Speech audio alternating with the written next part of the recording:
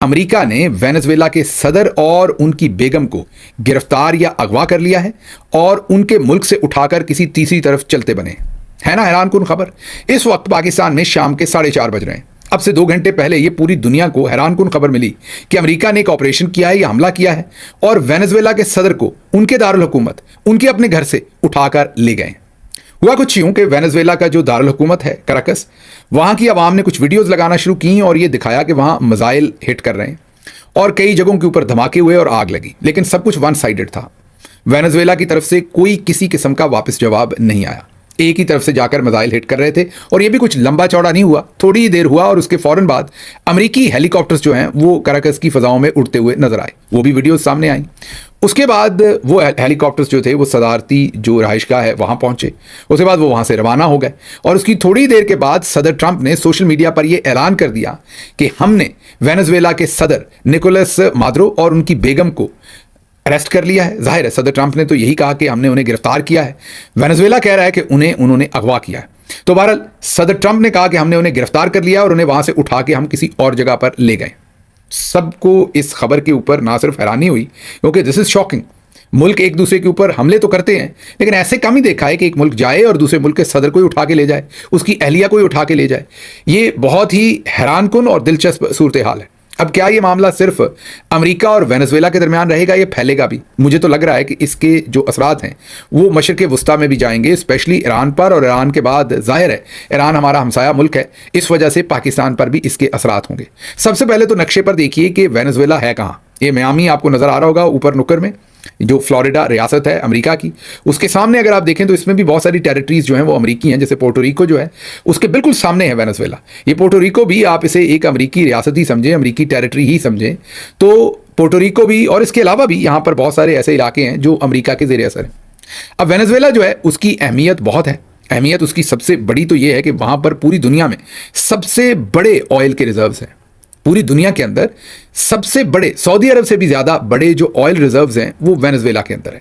Venezuela में इस वक्त तकरीबन 303 बिलियन जो ऑयल रिजर्व्स हैं वो 303 बिलियन बैरल के करीब वहाँ पर ऑयल रिजर्व्स बताए जाते हैं। सऊदी अरब में ये नंबर जो है वो 266 के करीब है और ईरान में ये नंबर जो है वो 157 से लेके 208 के करीब है। आप उसे 200 के करीब आप कहिए कि ईरान के अंदर है। कनाडा के अंदर 170 के करीब है। इराक के अंदर 145 है। यूएई के अंदर 113 है। रशिया के अंदर 107 है। ये बिलियंस के अंदर है, बिलियंस बैरल की बात हो रही है। कुवैत के अंदर 101 है। लीबिया के अंदर 48 है। नाइजीरिया के अंदर 37 है। अब एक तो ये वजह है। उसके अलावा जो वेनेजुएला है उसके अंदर नेचुरल गैस वो भी बहुत ही ज़्यादा तादाद में है, फिर गोल्ड बहुत ज़्यादा तादाद में है, फिर आयरन वहाँ पर बहुत ज़्यादा क्वांटिटी के अंदर है।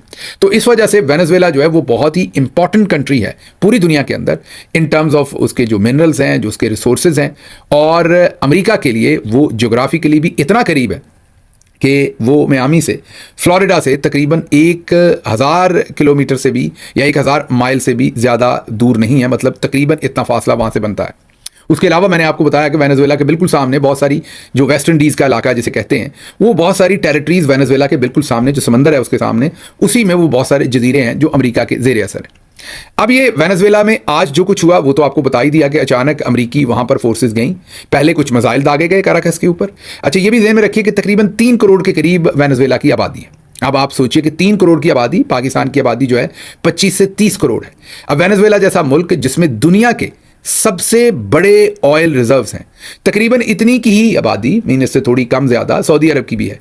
इसीलिए इन दोनों मुल्कों को बहुत ही अमीर समझा जाता है कि आबादी कम है लेकिन उनके पास ऑयल रिजर्व्स बहुत ज़्यादा हैं। ये अलग बात है कि वेनेजुएला सऊदी अरब की तरह उनकी आम पब्लिक उतनी अमीर नहीं है और उसकी वजह उन पर लगने वाली अमेरिकी सैंक्शंस और वहाँ पर जो जाहिर है करप्शन और दूसरे मामलात के इल्ज़ामात हैं वो है। बहरहाल ऑयल रिजर्व्स तो उनके पास दुनिया में सबसे ज़्यादा हैं, 303 बिलियन बैरल्स। अच्छा, अब वापस आते हैं।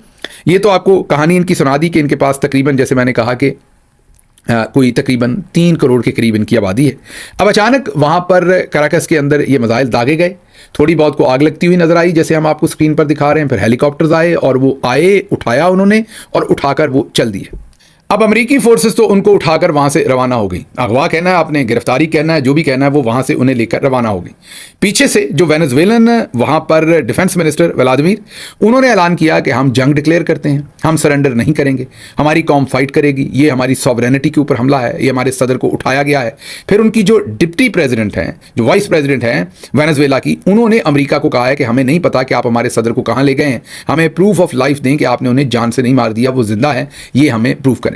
अब ये तो आपको पता चल गया कि अमेरिकी फोर्सेस ने उन्हें वहां से अगवा कर लिया है। इसके पीछे जो सबसे बड़ी वजह है, वो सदर ट्रंप तो यही इल्ज़ाम लगाते हैं कि वहां से मंशियात हमारे मुल्क में, मतलब अमेरिका में मंशियात वहां से भेजी जा रही हैं और ये जानबूझ के कर रहा है वेनेजुएला, और हमारी वार्निंग्स के बावजूद ये नहीं रुके और ये हमारे साथ उस पर कोऑपरेट नहीं कर रहे, इसलिए हमें ये करना पड़ा है। दूसरी तरफ वेनेजुएला पिछले कई महीनों से बार बार ये ऑफर कर रहा था कि हम नेगोशिएशन करने के लिए तैयार हैं, हमसे बैठकर बात कर लें। लेकिन आपको ये भी समझना पड़ेगा कि ये कहानी आज से नहीं शुरू होती, ये बहुत पीछे से ये सारा मामला चला आ रहा है। आपको एक नाम याद होगा, हुगो चावेज।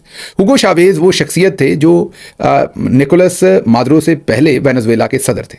वही असल में निकोलस को वेनेजुएला का सदर बनाकर गए थे। जो हुगो चावेज थे वो गालिबन 2013 में उनका इंतकाल हो गया था और वो बहुत ही अमेरिका मुखालिफ थे। आप सबको पता है, उनकी तकरीरें भी यूनाइटेड नेशंस के अंदर। और क्योंकि वेनेजुएला जो है वो ऑयल रिच कंट्री है, हुगो चावेज ने ही जो वेनेजुएला के अंदर तेल के रिजर्व्स थे, उनको जो प्राइवेट कंपनीज हैंडल कर रही थी या ओन कर रही थी, उन सबको निकाल दिया था, नेशनलाइज कर दिया था, और तेल की जो वहां पर जितनी भी दौलत है या रिजर्व्स हैं, उनको सरकारी तहवील में ले लिया था। अभी हाल ही में 18 दिसंबर को सदर ट्रंप ने यही कहा था कि हमारी कंपनीज को उन्होंने वहां से निकाल दिया, हमसे तेल ले लिया, इसलिए हम कुछ भी करेंगे और ये सब कुछ वापस हासिल करेंगे। तो अमेरिका का जो कॉन्फ्लिक्ट वेनेजुएला के साथ चल रहा है, मैप पे भी हमने आपको दिखाया कि दोनों एक दूसरे के बहुत करीब हैं, वो असल में चला आ रहा है हुगो चावेज साहब या उससे भी पहले का। अभी ये जो निकोलस मादुरो है, इनको हुगो चावेज अपनी वफात से पहले उन्होंने इनको अपने नायब के तौर पर नामजद कर दिया था। ये 1992 से हुगो चावेज के साथ काम कर रहे थे। पहले एक बस ड्राइवर थे निकोलस मादुरो, और उसके बाद ये तरक्की करते करते पार्टी के अंदर ये इन्हें पहले उन्होंने अपना नायब सदर बनाया और उसके बाद अपनी वफात के बिल्कुल करीब उन्होंने इन्हें अपने नायब के तौर पर चुना और उनकी वफात के बाद ये वेनेजुएला के सदर बने। तो अब ये तो सूरत हाल है। मंशियात का इल्ज़ाम है सदर ट्रंप की तरफ से, वो कहते हैं कि हम बात करने को तैयार हैं। पिछले कई महीनों से यही कॉन्फ्लिक्ट चल रहा था और अब सदर ट्रंप ने आज ये वहाँ पर ऑपरेशन कर दिया। अब इसकी जो रेमिफिकेशंस हैं वो बाकी रीजन के लिए क्या हैं? अब एक तो यहाँ पर तेल इतना ज़्यादा है कि अगर इस सारे ऑपरेशन के बाद वहाँ पर कोई रिएक्शन ना हुआ, जो कि होता हुआ नज़र नहीं आ रहा, क्योंकि जब वेनेजुएला के सदर को वहाँ से उठाया गया है तो किसी किस्म का मिलिट्री रिएक्शन नहीं आया। बहुत सारे पॉलिटिकल पंडित तो ये भी कह रहे हैं कि शायद मिलिट्री अंदर से कंप्रोमाइज़ कर गई और अमेरिका के साथ मिलिट्री ऑफिशियल्स का पहले से ही राब्ता था। हुगो चावेज के ज़माने का जो कॉन्फ्लिक्ट था वो तो था ही, लेकिन 2024 में वेनेजुएला के अंदर एक इलेक्शन हुआ जिसमें जो अपोजिशन लीडर थे गोंजालेस, उसको अमेरिका सपोर्ट कर रहा था और उन्होंने इल्ज़ाम लगाया इलेक्शन के बाद कि ये निकोलस जो मादुरो हैं, इन्होंने धांधली से इलेक्शन जीता है। अमेरिका ने और यूरोपीय यूनियन ने जो गोंजालेस है उन्हीं को अपना इलेक्टेड प्रेसिडेंट माना, हालांकि वो हार गए, मतलब उनको सदारत तो ना मिली या निकोलस मादुरो ने उन्हें सदारत ना दी। और ये जो जनवरी था पिछला साल 2025, तब इन्होंने अपनी अगली सदारती टर्म को शुरू किया। अब ये अगर सारी सूरत हाल को आप देखें तो इसमें आपको ये भी समझ आएगी कि अमेरिका वहाँ पर किसी और को सपोर्ट कर रहा है और वो गोंजालेस हैं। और इस वक्त गोंजालेस जो हैं वो स्पेन के अंदर एग्जाइल लेकर बैठे हैं, सियासी पनाह लेकर बैठे हैं, क्योंकि वो अपने मुल्क से निकल गए थे और एग्जाइल कर गए थे। और इस टाइम वो एग्जाइल के अंदर, आप ये सही समझिए कि सियासी पनाह के अंदर वो स्पेन के अंदर हैं और देखते हैं वो वापस आकर मीन अमेरिका उनको इंस्टॉल करता है वहाँ पर या किसी और को करता है। ये अभी आने वाले दिनों में इन सारे सवालों के जवाब मिलेंगे। अब अगला सवाल ये है कि अगवा तो उन्होंने कर लिया, इसका अब आउटकम क्या है? हमें आउटकम कोई बड़ा होता हुआ नज़र नहीं आ रहा। लग यही रहा है कि जो गोंजालेस हैं वो स्पेन से वापस आकर यहाँ पर इक़्तिदार संभालेंगे और शायद जो अमेरिकी यहाँ पर पॉलिसीज़ हैं उन्हीं के साथ मिलकर वो वेनेजुएला को चलाएंगे आने वाले दिनों में, ये हमें लग रहा है। उसकी वजह क्या है? क्योंकि जब अमेरिकी हेलीकॉप्टर्स वहाँ गए तो किसी ने कोई रिएक्शन नहीं दिया। जो फौज थी वेनेजुएला की, सिक्योरिटी फोर्सेस थी, उन्होंने किसी किस्म का कोई रिएक्शन नहीं दिया। बड़े आराम से जैसे मक्खन में से बाल निकालते हैं वैसे वो अमेरिकी जो फोर्सेस थी वो निकोलस मादुरो को और उनकी बीवी को वहाँ से अगवा करके या गिरफ्तार करके ले आए। अब जो पॉलिटिकल पंडित हैं वो सोचते हैं कि फौजी एतबार से तो कोई रिएक्शन नहीं आएगा, ना ही उस तरह की उनके पास स्ट्रेंथ है, तो फिर होगा क्या, शायद गुरीला वार वगैरह इस तरह का कुछ शुरू हो जाए, जैसे अनरेस्ट हो जाती है ऐसे मुल्कों में जहाँ पर कुदरती ऐसे मिनरल्स होते हैं या वहाँ पर ऑयल रिजर्व्स होते हैं। ऐसे इलाकों के अंदर अगर अनरेस्ट हो, लड़ाई शड़ाई हो, जंग शंग हो, तो वो भी बड़े बड़े मुल्कों के इंटरेस्ट में ही होते हैं, क्योंकि जब डिफरेंट मुतारब ग्रुप एक दूसरे से लड़ते हैं तो फिर आप थोड़ा थोड़ा तेल हर एक से खरीद सकते हैं, थोड़े बहुत पैसे देकर, जो जिसके कंट्रोल में होता है, जो अब लिबिया में आप देख रहे हैं, जो आप यमन में देख रहे हैं, और बहुत सारे और मुल्कों में, इराक में और कई जगहों पर आप इस तरह के मनाजर इससे पहले देख चुके हैं। अच्छा, अब ये तो हो गया कि यहाँ पर तो ये मामला वेनेजुएला की हद तक तो क्या होगा कि क्या कोई गुरीला वॉर होगी आइंदा या नहीं होगी, लेकिन इसकी रेमिफिकेशंस क्या हमारे खित्ते पर भी हैं? बिल्कुल है। अभी जो ईरान के अंदर रजीम चेंज होने की बातें हो रही हैं और वहाँ पर प्रोटेस्ट हो रहे हैं, वो सबसे बड़ा जो खतरा होता है वेस्टर्न वर्ल्ड को यही है कि अगर मशरक़ वुस्ता के अंदर जंग लग गई तो जो वहाँ से तेल आता है, जो इकोनॉमीज़ चलती हैं बड़ी बड़ी, वो फिर कैसे, अगर जंग लग गई तो सब कुछ रुक ना जाए। अब अगर वेनेजुएला के अंदर सब ठंड रहती है, मतलब कि इस सदर के अगवा के बाद वहाँ पर जो अपोजिशन लीडर हैं, जिनको अमेरिका भी सपोर्ट करता है और यूरोपीय यूनियन भी, उन्हीं को वहाँ इंस्टॉल कर दिया जाता है और वहाँ सब अच्छा हो जाता है, तो अमेरिका के पास या वेस्ट के पास मशरिक़ वुस्ता में कुछ भी करने के ऑप्शंस बढ़ जाएंगे। क्योंकि फिर अगर उधर से तेल की तरसील बंद भी हो गई तो इधर से तेल की तरसील मिल सकती है, क्योंकि इनके पास भी रिजर्व्स बहुत ज़्यादा और बड़े हैं, बल्कि पूरी दुनिया में सबसे बड़े हैं। तो अगर ये हजम कर जाता है अमेरिका, जो अमेरिका ने किया है, तो फिर ईरान की खैर नहीं आने वाले दिनों में। खैर नहीं का मेरा मतलब ये है कि वहाँ पर हमें कुछ ना कुछ होता हुआ आने वाले दिनों में ज़रूर नज़र आएगा, क्योंकि जो डर है वेस्टर्न वर्ल्ड का कि तेल की सप्लाई ना रुक जाए, वो वेनेजुएला के इस कंट्रोल के बाद वो डर ख़त्म हो जाएगा और फिर शायद वहाँ पर बहुत कुछ डिफरेंट ऑप्शंस को आजमाया जाए। अब पाकिस्तान का इसमें क्या चक्कर है?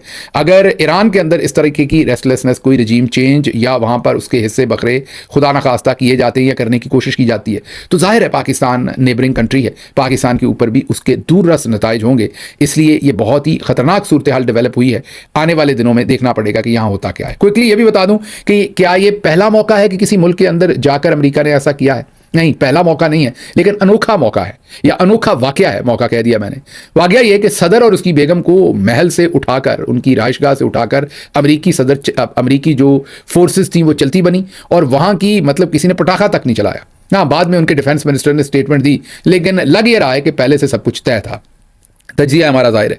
अब ये पहला मौका नहीं है। पनामा के अंदर 1989 में यूएस ने इन्वेजन की, वहाँ के जनरल मैनुअल को गिरफ्तार करने के लिए। उनके ऊपर भी मंशियात और इंसानी स्मगलिंग के जो है वो इल्ज़ामात थे। फिर ग्रेनाडा, उसमें 1983 में यूएस मिलिट्री ने वहाँ पर जो गवर्नमेंट थी उनको चलता किया। उसके बाद चिले में 1973 में CIA बैक्ड कू हुआ, जो मीडिया कहता है कि वो जो उस वक्त के वहाँ प्रेसिडेंट थे उनके खिलाफ था। फिर ग्वाटेमाला में 1954 में कहा जाता है कि CIA ने एक कू ऑर्केस्ट्रेट किया।